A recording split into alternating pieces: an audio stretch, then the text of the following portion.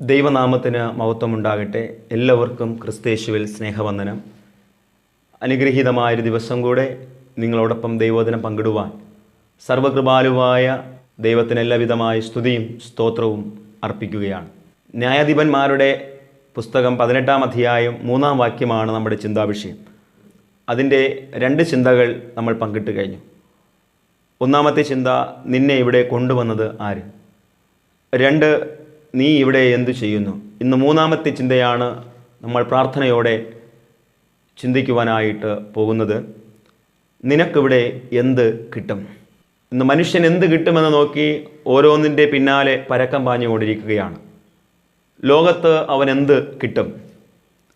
എന്നാൽ പൂർവിക ഭക്തന്മാരുടെ ജീവിത പശ്ചാത്തലം പഠിക്കുമ്പോൾ സാധു കൊച്ചു കുഞ്ഞു ഉപദേശിയുടെ ജീവിതം നമുക്ക് നൽകുന്ന സന്ദേശവും സാക്ഷ്യമെന്ന് പറയുന്നത്, ദാരിദ്ര്യത്തിലും വേദനയിലും ജീവിച്ച ഭക്തൻ ലോകത്തിൽ തനിക്ക് പറയാൻ യാതൊന്നുമില്ല, നഗ്നനായി വന്നു നഗ്നനായി പോകുന്നു എന്നുള്ള യാഥാർത്ഥ്യം നമ്മൾ ജീവിതത്തിൽ എന്നാണോ ഉണരുന്നത്, പ്രാപിക്കേണ്ട അനുഗ്രഹങ്ങൾ നമ്മൾ പ്രാപിക്കും. ആ ഭക്തൻ ജീവിച്ചത് ലോകപ്രശസ്തി കൊണ്ടോ ലോകമഹത്വം കൊണ്ടോ ലോകത്തിലെ സന്തോഷം കൊണ്ടോ ഒന്നുമല്ല ജീവിച്ചത്. കഷ്ടതയിലും വിജയം കൈവരിച്ച പ്രത്യാശപൂർവം ജീവിച്ച വ്യക്തിയാണ് സാധു കൊച്ചുകുഞ്ഞ് ഉപദേശി. ആ ഉപദേശിയുടെ ജീവിതം ഇന്ന് എല്ലായിടത്തും തിരുവചനം സംസാരിക്കപ്പെടുമ്പോൾ ആ ഭക്തൻ്റെ ജീവിതം ചൂണ്ടിക്കാണിക്കുകയാണ്. സാധു സുന്ദർ സിംഗിൻ്റെ ജീവിതം ഒരുപാട് പ്രൗഢിയുള്ള പാരമ്പര്യമുള്ള കുടുംബത്തിൽ നിന്ന് സന്തോഷം നഷ്ടപ്പെട്ട് സമാധാനം നഷ്ടപ്പെട്ട് ജീവനുള്ള ദൈവത്തെ നോക്കി പാർത്താൽ എന്ത് കിട്ടുമെന്ന് ഇറങ്ങിത്തിരിച്ച വ്യക്തിയാണ്. പ്രിയമുള്ളവരെ, അവരുടെ ജീവിതമെല്ലാം ഈ ഭൂമിയിൽ സാക്ഷ്യമാകുന്നത് ഈ ലോകത്തിൻ്റെ ബേസിലല്ല, ആത്മീയതയുടെ അടിസ്ഥാനത്തിലാണ്. ഇവിടെയാണ് ഭക്തൻ പാടുന്നത്, ദൈവം നല്ലവൻ, എല്ലാവർക്കും വല്ലവൻ, തന്മക്കൾക്കെന്നും പരിചയമായി, നന്മയൊന്നും മുടക്കുകയില്ല നേരായി നടപ്പവർക്ക്. മീഖാൻ്റെ ഭവനത്തിലെത്തിയ ഈ ലേവ്യ യുവാവ് പറയുന്നു, ഈ മീഖാവ് എനിക്ക് ഒരുപാട് നേട്ടങ്ങളിലെത്തുവാനുള്ള വഴി തെളിച്ചു തന്നു. മീഖാന് പുരോഹിതനായിരിക്കാനുള്ള ഭാഗ്യം എനിക്ക് ദൈവം തന്നു. ഞാൻ അനുഗ്രഹിക്കപ്പെട്ടവനാണ്. ഒരു യോഗ്യതയുമില്ലാത്ത എന്നെ, ഞാൻ അർഹിക്കാത്ത നിരവധി സ്ഥാനങ്ങളിലൂടെ എന്നെ ദൈവം നടത്തി. ജീവിതത്തിൽ നമ്മൾ ഒന്നുമില്ലാത്തവരാണ്, ഒരു യോഗ്യതകൾ നമുക്ക് പറയാനില്ല. എങ്കിലും ദൈവസന്നിധിയിൽ ജീവിക്കേണ്ട രീതിയിൽ ജീവിച്ചാൽ അനർഘമായ നന്മകളിലൂടെ ദൈവം നമ്മെ കൈപിടിച്ച് നടത്തും, വഴി നടത്തുമെന്നുള്ളത് മറന്നു പോകരുത്. ഒരുപാട് ഭക്തന്മാരുടെ ജീവിതം ഇതിന് സാക്ഷ്യമാണ്. ജോർജ് മുള്ളർ, വിശ്വാസവീരനായ DL മൂഡി, മിഷണറിമാരായ അരുളാനന്ദം സുവിശേഷകർ, ഇങ്ങനെയുള്ള ഒരുപാട് ഭക്തന്മാരുടെ ജീവിത ചരിത്രം പഠിക്കുമ്പോൾ ഒന്നുമില്ലായ്മയിൽ നിന്ന് അവർ വളർന്നു വന്നവരാണ്. ദൈവം അവരെ വളർത്തി. അവരുടെ ജീവിതത്തിനൊരു എയിമുണ്ടായിരുന്നു, ലക്ഷ്യമുണ്ടായിരുന്നു. ആ ലക്ഷ്യം ക്രിസ്തുവിനെ നോക്കിയുള്ള ലക്ഷ്യമായിരുന്നു. അതുകൊണ്ട് ഈ ഭൂമിയിൽ എന്ത് കിട്ടുമെന്നല്ല, ദൈവത്തോടൊപ്പം നിന്നാൽ എനിക്ക് എന്ത് കിട്ടുമെന്നുള്ള ലക്ഷ്യം മുന്നിൽ കണ്ടുകൊണ്ട് യാത്ര ചെയ്തു വരുമാണ്. മത്തായി എഴുതിയ സുവിശേഷം 6-ാം അധ്യായം നമ്മെ പഠിപ്പിക്കുന്നു, മുമ്പേ അവൻ്റെ രാജ്യവും നീതിയും അന്വേഷിപ്പിൻ, അതോടുകൂടെ നമുക്കെല്ലാം ലഭ്യമാകും. ഇന്ന് മനുഷ്യൻ ലോകത്തിലേക്ക് പരക്കം പായുകയാണ്. ലോകത്തിൽ എന്ത് കിട്ടും? സമ്പത്ത് കൊണ്ട് എന്ത് നേടാൻ കഴിയും? ആരോഗ്യം കൊണ്ട് എന്ത് നേടാൻ കഴിയും? എൻ്റെ കഴിവുകൾ കൊണ്ട് എന്ത് നേടുവാൻ കഴിയും? എൻ്റെ സാഹചര്യങ്ങൾ കൊണ്ട് എനിക്ക് എന്തൊക്കെ നേട്ടങ്ങൾ സ്വരൂപിക്കുവാൻ കഴിയും? ഇങ്ങനെയുള്ള മൂല്യമില്ലാത്ത മൂല്യതകൾ കയ്യിലേന്തി മനുഷ്യൻ ഈ ലോകത്ത് സഞ്ചരിച്ചു കൊണ്ടിരിക്കുമ്പോൾ അവൻ്റെ താല്പര്യങ്ങൾക്കും ഇംഗിതങ്ങൾക്കും അവൻ്റെ കയ്യിലുള്ള കൊച്ചു കൊച്ച് അഴിഞ്ഞു പോകുന്ന സ്വപ്നങ്ങൾ കൊണ്ട് ഈ ഭൂമിയെ രൂപപ്പെടുത്തുവാൻ, അല്ലെങ്കിൽ ഈ ഭൂമിയിലുള്ള സകലതും നേടിയെടുക്കുവാൻ ആഗ്രഹിക്കുന്ന മനുഷ്യൻ്റെ മുൻപിൽ ആണ് സങ്കീർത്തനം 90-ൽ നമ്മെ വ്യക്തമാക്കുന്നത്, ഏത് മനുഷ്യനും ഈ ഭൂമിയിൽ നിൽക്കുന്നുവെങ്കിൽ ചാഞ്ഞു പോകുന്ന നിഴലിന് തുല്യമാണ്. എന്ത് നേട്ടങ്ങൾ നേടിയാലും അവ ആയുഷ്കാലം നമുക്ക് ഉപകരിക്കുന്നതല്ല എന്നും കൂടെ തിരുവചനം നമ്മെ വ്യക്തമായി ഓർമ്മപ്പെടുത്തുകയാണ്. സങ്കീർത്തനം 112-ൽ ഇന്ന് വളരെ വ്യക്തമായിട്ട് ശബ്ദിച്ചു കൊണ്ടിരിക്കുകയാണ്, അവൻ്റെ സന്തതി. ആരാണ് ആ സന്തതി? അതാണ് മുകളിൽ പറയുന്നത്, യഹോവയെ ഭയപ്പെടുന്നവൻ്റെ സന്തതി. യഹോവയെ ഭയപ്പെട്ട് അവൻ്റെ വഴികളിൽ നടക്കുന്നവൻ, കൽപ്പനകളിൽ ഇഷ്ടപ്പെടുന്നവൻ, അവൻ്റെ ജീവിതമാണ് ഈ ഭൂമിയിൽ ബലപ്പെട്ടിരിക്കുന്നത്. ബലം ചോർന്നു പോയാലും ബലവാനായി ദൈവം അവനെ ശക്തിപ്പെടുത്തിക്കൊണ്ടേയിരിക്കും. അവൻ്റെ സന്തതി ഭൂമിയിൽ ബലപ്പെട്ടിരിക്കും. നേരുള്ളവരുടെ തലമുറ അനുഗ്രഹിക്കപ്പെടും. ഐശ്വര്യവും സമ്പത്തും അവൻ്റെ വീട്ടിൽ ഉണ്ടാകും. അനുഗ്രഹിക്കപ്പെടണമെങ്കിൽ നേര് വേണം, സത്യം ഉള്ള ജീവിതമായിരിക്കണം, നീതിയുള്ള ജീവിതമായിരിക്കണം. അവൻ ജീവിതത്തിൽ അർഹിക്കാത്ത അനർഘമായ നന്മകൾ, ഐശ്വര്യം, സമ്പത്ത്, ദീർഘായുസ്, ആയുരാരോഗ്യം, എല്ലാ അനുഗ്രഹങ്ങളും അവൻ്റെ വീട്ടിൽ ഉണ്ടാകും. വീട്ടിൻ്റെ തൊട്ടടുത്തുണ്ടാകുമെന്നല്ല പറയുന്നത്, അയൽവക്കത്തെ വീട്ടിൽ ഉണ്ടാകുമെന്നല്ല പറയുന്നത്. ഇത് അനുഷ്ഠിക്കുന്നവൻ്റെ ഭവനത്തിലുണ്ടാകും, അവൻ്റെ ഹൃദയത്തിലുണ്ടാകും, ജീവിതത്തിലുണ്ടാകും. നിനക്കിവിടെ എന്ത് കിട്ടുമെന്ന് വചനവ്യവസ്ഥയിലേക്ക് നമ്മൾ വരണം. യഹോവയുടെ ന്യായപ്രമാണം രാപ്പകൽ ധ്യാനിക്കുന്നവൻ ഭാഗ്യവാനെന്ന് സങ്കീർത്തനം 1 പഠിപ്പിക്കുമ്പോൾ അവൻ ഭാഗ്യവാനായിരിക്കുന്നത് ഈ വചനവ്യവസ്ഥയിലാണ്. സങ്കീർത്തനം 34 പറയുന്നു, ബാലസിംഹങ്ങളും ഇരകിട്ടാതെ വിശന്നിരിക്കും, യഹോവയെ അന്വേഷിക്കുന്നവർക്കോ ഒരു നന്മയ്ക്കും മുടക്കമില്ല. എന്തർത്ഥവത്തായിട്ടാണ് അവിടെ പറയുന്നത്? ഞാൻ എൻ്റെ ദൈവത്തിൻ്റെ ആലയം മുഖാന്തരം യഹോവയുടെ നന്മ അന്വേഷിക്കും. ദൈവത്തെ അന്വേഷിക്കുന്നവർക്ക് ഒരു നന്മയ്ക്കും മുടക്കമില്ല. എന്ത് കിട്ടുമെന്നുള്ള അടിസ്ഥാനത്തിൽ നമ്മൾ ചിന്തിക്കുമ്പോൾ, ഒന്ന്, ദൈവത്തിന് കൊടുക്കേണ്ടുന്ന സമയം നമ്മൾ കൊടുക്കണം. ഇന്ന് ഒരുപാട് കാര്യങ്ങൾക്ക് വേണ്ടി നമ്മൾ സമയം അനാവശ്യമായി ചെലവഴിക്കുകയാണ്, ഒരുപാട് നേട്ടങ്ങൾക്ക് വേണ്ടി. എന്നാൽ നേടുന്നുമില്ല. ഒരുപാട് കാര്യങ്ങൾക്ക് വേണ്ടി നമ്മൾ സമയം വേസ്റ്റ് ചെയ്യുകയാണ്, എന്നാൽ ആ കാര്യങ്ങളൊന്നും പൂർത്തീകരണത്തിലേക്ക് നമുക്ക് കൊണ്ടുവരുവാൻ കഴിയുന്നുമില്ല. ഒരുപാട് അധ്വാനിച്ച് എന്തൊക്കെയോ സമ്പത്തുകൾ പെരുപ്പിക്കുവാൻ വേണ്ടി നമ്മൾ ഓടുകയാണ്, എന്നാൽ സമ്പത്ത് പെരുക്കുന്നുമില്ല.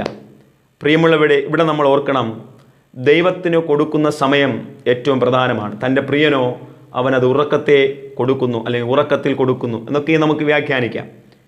തൻ്റെ പ്രിയനോ എന്ന് പറയുമ്പോൾ ദൈവം ഇഷ്ടപ്പെടുന്ന മനുഷ്യൻ, ദൈവത്തെ ഇഷ്ടപ്പെടുന്ന മനുഷ്യൻ, നീതിപൂർവമായ ജീവിതത്തെ ഇഷ്ടപ്പെടുന്ന മനുഷ്യൻ, കൽപ്പനകളെ ഇഷ്ടപ്പെടുന്ന മനുഷ്യൻ, അത് ചെയ്യുന്ന മനുഷ്യൻ, എന്നെ കർത്താവേ കർത്താവേ എന്ന് വിളിക്കുന്ന ഏവനുമല്ല, എൻ്റെ സ്വർഗസ്ഥനായ എൻ്റെ പിതാവിൻ്റെ ഇഷ്ടം ചെയ്യുന്നവൻ ഈ ഭൂമിയിൽ അനുഗ്രഹിക്കപ്പെട്ടവനായിരിക്കും. അതിനുവേണ്ടി ഒരു സമയം നമ്മൾ ദൈവസന്നിധിയിൽ മാറ്റിവെക്കാൻ ഇടയാകണം. ഇത് ദുഷ്കാലമാകയാൽ സമയം തക്കത്തിൽ പ്രയോജനപ്പെടുത്തിക്കൊള്ളുവിൻ എന്ന് തിരുവചനം നമ്മെ ഓർമ്മപ്പെടുത്തുന്നു. ഇന്ന് ലഭിക്കുന്ന ഒരു സമയം നാളെ നമുക്ക് ലഭിക്കില്ല. ഇന്ന് ചെയ്യുന്ന കാര്യം നാളെ ചെയ്യാൻ കഴിയില്ല. ഇന്ന് ജീവിക്കുന്ന ഒരു ജീവിതത്തിൽ നാളെ ജീവിക്കാൻ നമുക്ക് കഴിയില്ല.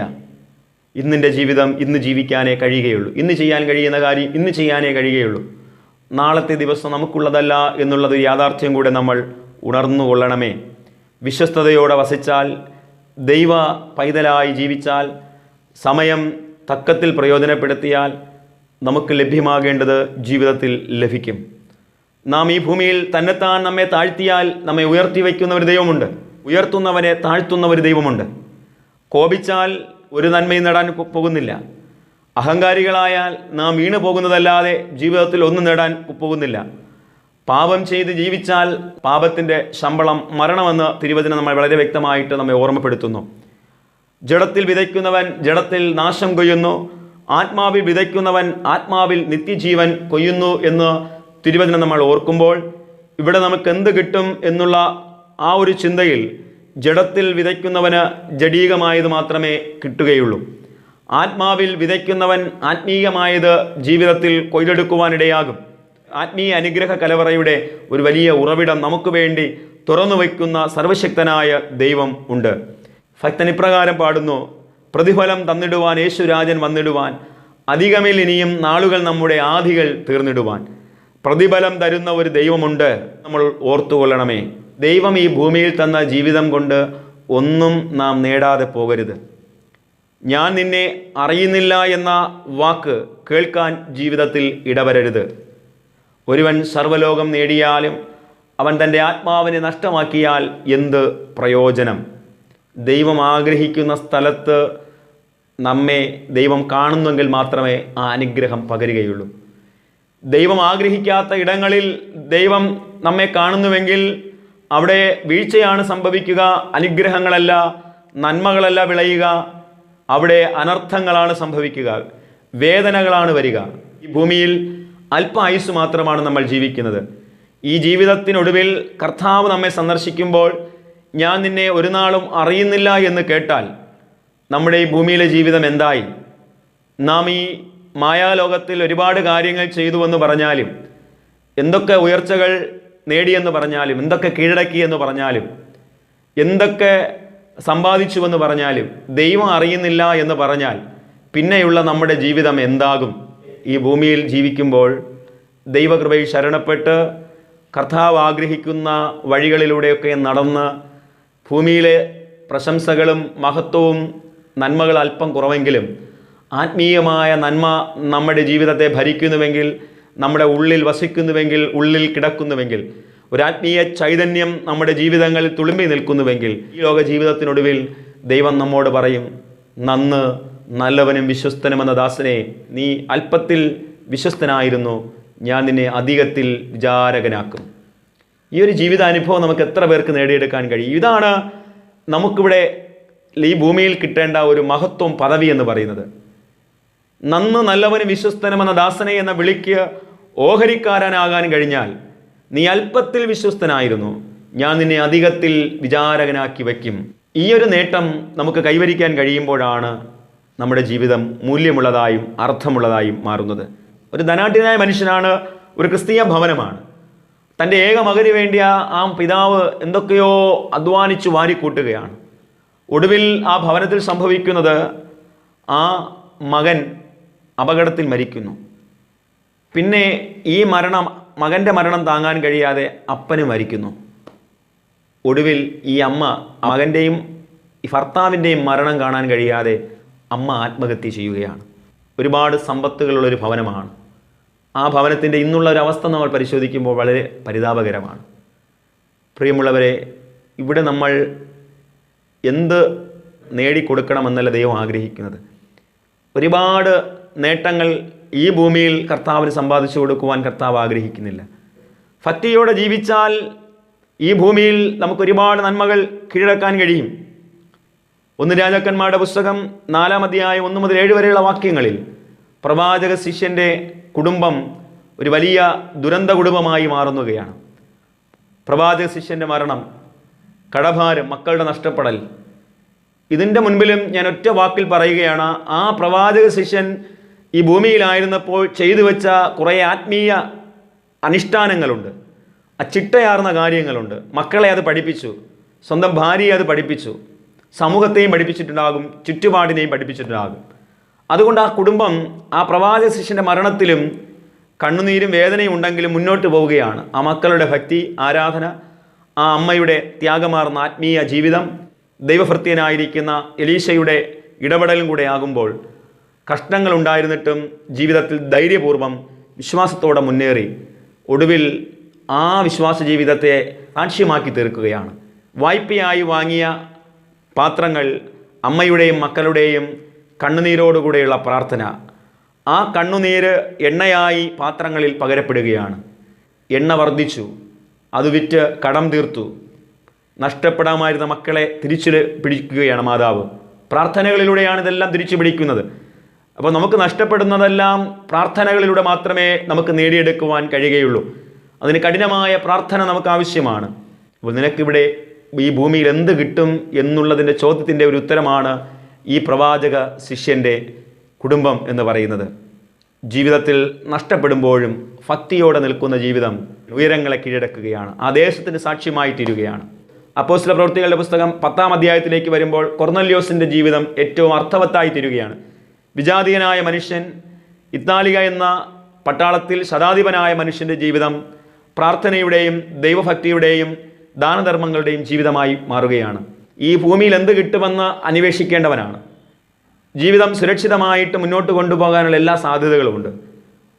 അതിനിടയിലും ആ മനുഷ്യൻ ദൈവത്തെ ഭയപ്പെടുകയാണ്. ഈ ഭൂമിയിൽ എന്ത് കിട്ടുമെന്നല്ല, ദൈവത്തെ സ്നേഹിച്ചാൽ എന്ത് കിട്ടും, ഭക്തിയോടെ ജീവിച്ചാൽ എന്ത് കിട്ടും. ഭക്തനായ മനുഷ്യൻ ഉണരുകയാണ്, ഈ ഭൂമിയിൽ നിന്ന് ലഭിക്കുന്നതൊന്നുമല്ല പേരും പെരുമയും സമ്പത്തും പദവികളും സ്ഥാനമാനങ്ങളും ഒന്നുമല്ല എന്ന് ചിന്തിക്കുകയാണ്. ആ ഒരു ചിന്തയിൽ നിന്ന് വേർപെട്ട് ദൈവത്തിലേക്ക് മടങ്ങി വന്ന് ഭക്തിയോടും പ്രാർത്ഥനയോടും ദാനധർമ്മങ്ങളോടും ജീവിക്കുന്നതാണ് ജീവിതമെന്ന് തിരിച്ചറിഞ്ഞ് ആ വിജാതീയനായ ആ മനുഷ്യൻ, ഉയർന്ന മനുഷ്യൻ, ഉയരങ്ങൾ കീഴടക്കിയ മനുഷ്യൻ, ഉയർന്ന പദവി അലങ്കരിക്കുന്നവൻ, ഈ വലിയ ഉയർച്ചയുടെ മധ്യത്തിൽ ദൈവനിഷേധിയായി മാറേണ്ടവൻ ദൈവാന്വേഷകനായി മാറുകയാണ്. അതിനുവേണ്ടി ഭയം മുറുകെ പിടിക്കുകയാണ്, പ്രാർത്ഥനയെ മുറുകെ പിടിക്കുകയാണ്. അതുമാത്രമല്ല, ഞാൻ മറ്റുള്ളവന് വേണ്ടി, ഈ ചെറിയവന് എന്നെക്കാളും ചെറിയവർക്ക് വേണ്ടി ഞാൻ ചെയ്യേണ്ടവനാണെന്നുള്ള ബോധ്യം കൂടെ, ഉൾക്കരുത്തുകൂടെ ജീവിതത്തിൽ നേടിയെടുക്കുകയാണ്. ദൈവത്തെ അനുസരിച്ച് ജീവിച്ച അബ്രഹാമിൻ്റെ ജീവിതം, ആ മകനെ യാഗം കഴിക്കുമ്പോഴും ആ അനുസരണശീലം വിട്ടുകളയുന്നില്ല, ആ അനുസരണം ഉപേക്ഷിക്കുന്നില്ല, ദൈവഭക്തി ഉപേക്ഷിക്കുന്നില്ല. തൻ്റെ നഷ്ടപ്പെടലുകളെയല്ല കാണുന്നത്, മുന്നിൽ കാണുന്നത് ഇതൊന്നും ഞാൻ കൊണ്ടുവന്നതല്ല, ദൈവം തന്നതാണ്. ദൈവം തന്നതിനെ ദൈവം ചോദിച്ചാൽ അനുസരണയോടെ ഏറ്റെടുത്ത് കൊടുക്കാൻ സന്നദ്ധനായിരിക്കുന്ന അബ്രഹാം ബഹുവിശ്വാസികളുടെ പിതാവായും ആകാശത്തിലെ നക്ഷത്രങ്ങളെപ്പോലും സമുദ്രത്തിൽ എണ്ണിക്കൂടാത്ത മണൽത്തരികളെപ്പോലും ഉന്നതമാകണമെങ്കിൽ തൻ്റെ സമർപ്പണ ജീവിതമാണ്. അനുസരിക്കുന്നത് അതേപടി ചെയ്യാനുള്ള ഒരു ഉൾക്കരുത്താണ്, ദൈവിക പ്രേരണയാണ്, ദൈവിക ഇഷ്ടത്തെ തിരിച്ചറിഞ്ഞുള്ളൊരു ജീവിതമാണ്. അതുപോലെ നമുക്കായി മാറാൻ കഴിയണം. തികഞ്ഞ പ്രാർത്ഥനാ ജീവിതം നയിച്ചാൽ ഹന്നയെപ്പോലെ, ബേസിനെപ്പോലെ അതിരുകളെ വിശാലമാക്കുന്ന ഒരു ദൈവമുണ്ട്.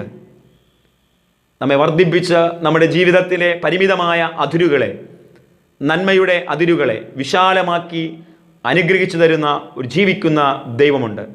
പ്രാർത്ഥനയിൽ നമ്മൾ മടുത്തു പോകരുത്. എബേസിനെ പോലെ നമ്മൾ പ്രാർത്ഥിക്കണം. കഷ്ടതകളിലും ദാരിദ്ര്യങ്ങളിലും നിന്ദകളിലും പരിഹാസങ്ങളിലും ദൈവത്തോട് നമ്മൾ കണ്ണുനീരോടെ പ്രാർത്ഥിക്കണം. അതിനൊരു പ്രതിഫലം ഉണ്ട്. ഹൃദയശുദ്ധിയുള്ളവർ ഭാഗ്യവാന്മാർ, അവർ ദൈവത്തെ കാണും. അതൊരു ഭാഗ്യമാണ്. ദൈവത്തെ കാണാൻ കഴിയുക എന്ന് പറയുന്നത് ഭാഗ്യമാണ്. തൻ്റെ ഭക്തന്മാർ മാത്രമാണ് ഈ ദൈവത്തെ കണ്ടിട്ടുള്ളത്, ദൈവത്തോട് അഭിമുഖമായി സംസാരിച്ചിട്ടുള്ളത്. തൻ്റെ ഭക്തന്മാർ കണ്ടതുപോലെ ഇന്നത്തെ തലമുറയിലും ഈ ദൈവത്തെ നമുക്ക് കാണാൻ കഴിഞ്ഞാൽ, നമ്മുടെ ജീവിതത്തിൻ്റെ ധ്യാനങ്ങളിലൂടെ, പ്രാർത്ഥനകളിലൂടെ ഈ ദൈവത്തെ സമീപിക്കാൻ കഴിഞ്ഞാൽ, നമ്മുടെ ഹൃദയ ദൃഷ്ടി തുറന്ന് ദൈവത്തെ കാണാൻ കഴിഞ്ഞാൽ, അത് ജീവിതത്തിൽ നമുക്ക് ലഭിക്കുന്ന ഒരു പദവിയാണ്. ഹാനോക്ക് 300 സംവത്സരം ദൈവത്തോട് സഹവസിച്ചവനാണ്. ഇങ്ങനെ ഒരുപാട് ഭക്തന്മാർ ദൈവത്തോട് സഹവസിച്ച് ജീവിച്ചവരാണ്. എന്ത് കിട്ടും എന്നുള്ള ഈ ഒരു ചിന്തയിൽ എനിക്ക് നിങ്ങളോട് പറയാനുള്ളത്, നശ്വരമായ ലോകത്തിൽ ലഭിക്കുന്നതല്ല നമുക്ക് മൂല്യമുള്ളത്. അത് നമ്മൾ തിരിച്ചറിയണം. പുഴുവും തിരുമ്പും കെടുക്കാത്തതും കള്ളന്മാർ തുരന്നു മോഷ്ടിക്കാത്തതുമായ സ്വർഗത്തിൽ നിങ്ങളുടെ നിക്ഷേപങ്ങളെ സ്വരൂപിച്ചുകൊള്ളുവിൻ. ഈ ഭൂമിയിൽ നമ്മൾ എന്ത് കിട്ടും, എന്ത് ലഭിക്കുമെന്നുള്ള അല്ല നമുക്ക് പ്രധാനം. ആ ലഭിക്കുന്നതെല്ലാം താൽക്കാലികമാണ്, ശാശ്വതമല്ല. പക്ഷേ കള്ളന്മാർ തുരന്നു മോഷ്ടിക്കാത്തതും പുഴുവും തിരുമ്പും കെടുക്കാത്തതുമായ സ്വർഗത്തിൽ നിങ്ങളുടെ നിക്ഷേപങ്ങളെ സ്വരൂപിച്ചു കൊണ്ടാൽ നമ്മൾ ജീവിതത്തിൽ ഒടുവിൽ ലജ്ജിക്കാതെ ദൈവസന്നിധിയിൽ നിൽക്കാനായിട്ട് കഴിയും. ഈ ഭൂമിയിൽ എങ്ങനെ ജീവിച്ചു എന്നുള്ളതിൻ്റെ ബേസിലാണ് ദൈവം നമ്മെ ന്യായം വിധിക്കുന്നത്. എന്ത് വാരിക്കൂട്ടിയ എന്നതിൻ്റെ ബേസിലല്ല, ഈ ലോക ജീവിതത്തിൻ്റെ ബേസിലല്ല, നമ്മുടെ വിദ്യാഭ്യാസത്തിൻ്റെയും സൗന്ദര്യത്തിൻ്റെയും സ്ഥാനമാനങ്ങളുടെയും ബേസിലല്ല നമ്മെ ന്യായം വിധിക്കുന്നത്. അതാണ് പാട്ടുകാരൻ പാടുന്നത്. ലോകത്തിൻ ബാലത കോമളത്വം, വസ്തുവകകൾ പൊന്നാണയങ്ങൾ, സ്ഥാനങ്ങൾ മാനങ്ങൾ നശ്വരമാം, മേലുള്ള യെരൂശലേം നിത്യഗൃഹം. ദൈവത്തെ സ്നേഹിക്കുന്ന ഒരു പൈതൽ ഈ ഒരു ചിന്ത ഒന്ന് ഉള്ളിലിട്ടാൽ, നമുക്ക് ഈ ഭൂമിയിൽ ദൈവത്തോടൊപ്പം ജീവിച്ച് ഈ ഭൗതികമായ ലോകത്തിൽ ലഭിക്കുന്ന നന്മകളും അതിനോടൊപ്പം നമുക്ക് ലഭിക്കുന്ന നിത്യതയുമാണ് നമുക്ക് ജീവിതത്തിൽ ലഭിക്കുന്ന വലിയ ഒരു സമ്പാദ്യവും നേട്ടവും എന്ന് പറയുന്നത്. ഇവിടെയാണ് 18:7 പറയുന്നു, ലയീഷിലെ ജനം സ്വൈരവും സ്വസ്ഥവും ഉള്ളവരായി ജീവിച്ചു, യാതൊന്നിനും അവർക്ക് അവിടെ കുറവുണ്ടായിരുന്നില്ല. അപ്പോൾ അവർക്കൊരു ശത്രുക്കളും ഉണ്ടായിരുന്നില്ല, അവർക്ക് യാതൊന്നിനും ഒരു തടസ്സവും ഉണ്ടായിരുന്നില്ല. സമൃദ്ധിയോടെ ലയീഷിലെ ജനം ജീവിക്കുന്ന ഒരു കാഴ്ചയാണ് ആ ദേശം ഒറ്റുനോക്കുവാൻ വന്ന 5 വ്യക്തികളും കാണാനിടയായത്. പ്രിയമുള്ളവരെ, ഈ ഭൂമിയിൽ നമുക്ക് കിട്ടുന്ന സമാധാനമെങ്കിൽ അതാണ് വലുത്, സന്തോഷമാണെങ്കിൽ അതാണ് വലുത്, ഒരാശ്വാസത്തോടെയുള്ള ജീവിതമാണെങ്കിൽ അതാണ് വലുത്. അനുഗ്രഹിക്കപ്പെട്ട ഒരു കുടുംബത്തെ ദൈവം തരുന്നെങ്കിൽ അത് നല്ലതാണ്. ദൈവമുള്ള നല്ല മക്കളെ തരുന്നുവെങ്കിൽ അതാണ് നമുക്ക് ഈ ഭൂമിയിൽ കിട്ടുന്ന വലിയ സമ്പാദ്യം. അനുഗ്രഹിക്കപ്പെട്ട ഒരു നല്ല കുടുംബം ലഭിക്കുന്നുവെങ്കിൽ അത് സമ്പത്താണ്. നല്ല മക്കളെ കിട്ടുന്നുവെങ്കിൽ നല്ല സമ്പത്താണ്. ദൈവത്തെ നമ്മുടെ കുടുംബത്തിൽ സ്ഥാപിക്കാൻ കഴിയുന്നുവെങ്കിൽ അതൊരു വലിയ നേട്ടമാണ്. ഭക്തന്മാർ ജീവിച്ച അതേ വഴി പിന്തുടർന്നുകൊണ്ട് ഈ മായയായ ലോകത്തിലെ സകലതും ചപ്പും ചവറുമെന്നെണ്ണിക്കൊണ്ട് ക്രിസ്തുവിന് വേണ്ടി നല്ല പോർപൊരുതി ഓട്ടം തികച്ച് ജീവകിരീടം, അതാണ് നമ്മുടെ ലക്ഷ്യം. ആ ജീവകിരീടമാണ് നമ്മുടെ ലക്ഷ്യം. അത് കിട്ടാൻ വേണ്ടി നമുക്ക് ഈ ഭൂമിയിൽ എന്തൊക്കെ ഉപേക്ഷിക്കാൻ കഴിയുമോ അതിനെ ഉപേക്ഷിക്കുക. ഒരു വ്യാപാരി നല്ല മുത്ത് സ്വന്തമാക്കാൻ വേണ്ടി തനിക്കുള്ളതെല്ലാം വിൽക്കുകയാണ്. നല്ല മുത്താണ്, അത് പ്രയോജനമുള്ള വാല്യുബിൾ ആയിട്ടുള്ള മുത്താണ്, ശ്രേഷ്ഠമായിട്ടുള്ള മുത്താണ്. അത് സ്വന്തമാക്കാൻ വേണ്ടി തനിക്കുള്ളതെല്ലാം വിൽക്കുകയാണ്. നമുക്ക് ഈ ഭൂമിയിൽ നല്ലത് പ്രാപിക്കാൻ ഈ ലോകത്തിലെ പലതും നമ്മൾ വിൽക്കണം. വേണ്ടാത്തതൊക്കെ നമ്മൾ വിൽക്കണം, ഉപേക്ഷിക്കാൻ തയ്യാറാകണം. എന്നാൽ മാത്രമേ നമുക്ക് മൂല്യമുള്ള നന്മ, മൂല്യമുള്ള ജീവിതം, നിത്യത ഇതൊക്കെ നമുക്ക് നേടാൻ കഴിയുകയുള്ളൂ. അതാണ് നമ്മുടെ നേട്ടം. ഈ ഭൂമിയിലുള്ള നേട്ടമല്ല വലുത്, സ്വർഗീയ നേട്ടമാണ് വലുത്. അതിനുവേണ്ടി പ്രയത്നിക്കാം. അതിനുവേണ്ടി ഒരു ആത്മീയ അധ്വാനം, ഒരു ജാഗ്രത, ഒരു പ്രാർത്ഥനാ നിർഭരമായ ജീവിതം, വിശ്വാസ നിർഭരമായ ജീവിതം നമുക്ക് ആവശ്യമാണ്. അതിനുവേണ്ടി നമുക്ക് ഒരുങ്ങാം. പരിശുദ്ധാത്മാ വചനങ്ങളാൽ സഹായിക്കട്ടെ. ആമേൻ. പ്രാർത്ഥിക്കാം. സർവശക്തനും മഹാകാരുണ്യവാനുമായ കർത്താവേ, ഈ അനുഗ്രഹീതമായ നല്ല നിമിഷത്തിനായി സ്തോത്രമപ്പ. ഈ ഭൂമിയിൽ അഴിഞ്ഞു പോകുന്ന യാഥാർത്ഥ്യങ്ങളിലൂടെ നമ്മൾ നടന്നു പോകാതെ, മായയായ ലോകത്തോട് നമ്മൾ ചേർന്ന് നിൽക്കാതെ, രക്ഷകനായ ദൈവത്തിൽ ആശ്രയിച്ച് ജീവിക്കുവാനായിട്ട് അവിടെ ഞങ്ങളെ സഹായിക്കുന്നതേക്കായി സ്തോത്രമപ്പ. ദൈവമേ, നേരായി നടക്കുന്നവർക്ക് ഒരു നന്മയ്ക്കും മുടക്കാത്ത ദൈവം, ഞങ്ങളെ ഈ ഭൂമിയിൽ നിന്ന് വേർപെടുമ്പോഴും ഞങ്ങളെ ആ നിത്യതയിലേക്ക് ഞങ്ങളെ ചേർത്ത് പിടിക്കുന്ന ഒരു ദൈവം ജീവിച്ചു കൊണ്ടിരിക്കുന്നതിനായി സ്തോത്രമപ്പ. നമുക്ക് ഇഷ്ടമുള്ളതൊക്കെ നേടിയെടുക്കാൻ കഴിയുന്നുവെങ്കിലും അതെല്ലാം അല്പായുസ്സുള്ളതാണ്. അല്പം കഴിയുമ്പോൾ അത് വലിയ മാരകമായ വിഷം പോലെ നമ്മുടെ ജീവിതത്തിലേക്ക് പ്രവഹിക്കുകയാണ്. കൈപ്പേറിയത് ഞങ്ങളുടെ ജീവിതത്തിൽ സമ്മാനിക്കുകയാണ്.